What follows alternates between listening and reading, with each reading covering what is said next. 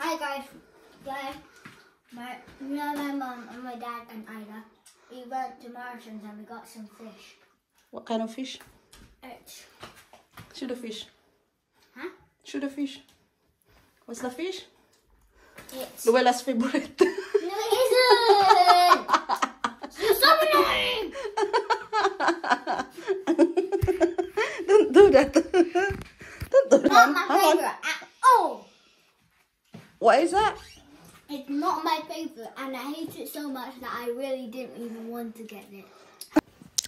Niloloko ko nga si Luella guys na paborito niya ang isda, pero sa totoo lang tuwing bumibili ako ng mga isda is galit na galit siya kasi ang baho daw. Pareha sila mag-ama na babahuan, pero nagtitiis din naman sila dahil gusto ko kumain ng isda.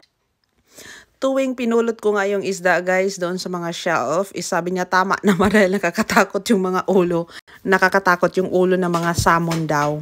Walang choice kasi yun talaga yung mga nakita ko doon. At pag dito ka sa UK, sobrang jackpot mo na pag nakabili ka ng mga ganyan dahil bibihira. At yan, namili kami ng mga pagkain ni baby, tsaka yan mga drinks ni daddy, at tsaka mga Tupperware. Yun lang guys, bye!